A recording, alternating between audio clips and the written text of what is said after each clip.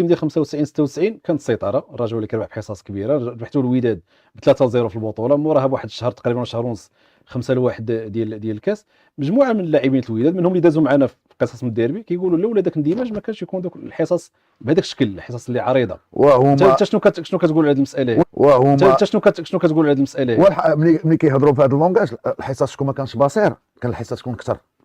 راك لاحظتي الماتش ديال 5-1 دونك هما كيهضروا حنا نهضروا. الوداد راه كتبقى الوداد، والرجاء كتبقى الوداد، الرجاء كتبقى هي الرجاء، الوداد كتبقى هي الوداد. ولا ما كانتش هذه ما تكونش هذه، حتى ما كانش ديربي. انت ما كتفقش مع المساله هذه؟ راه بلاتي انت شخصيه، راه ما كنلعبوش مع لاعب اكس ولا ايكغيك، كنلعبوا مع سميتها فرقه سميتها الوداد، لاعبين مع فرقه سميتها الرجاء. نلعبوا باش ما بغينا ولعبوا باش ما بغيتو، راه مرسومه 5-1. دونك هما ملي كيهضروا في هذا اللونغاج دونك باقي عندهم واحد القرصه، باقي ديما كيجبدوا 5-1 راه سالات.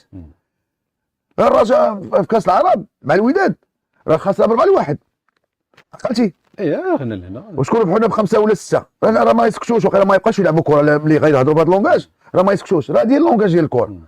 راه سالت 5-1 سالت 3 سالت كاس العرب، راه هي الجديد دير الجهد ديالك وربحني.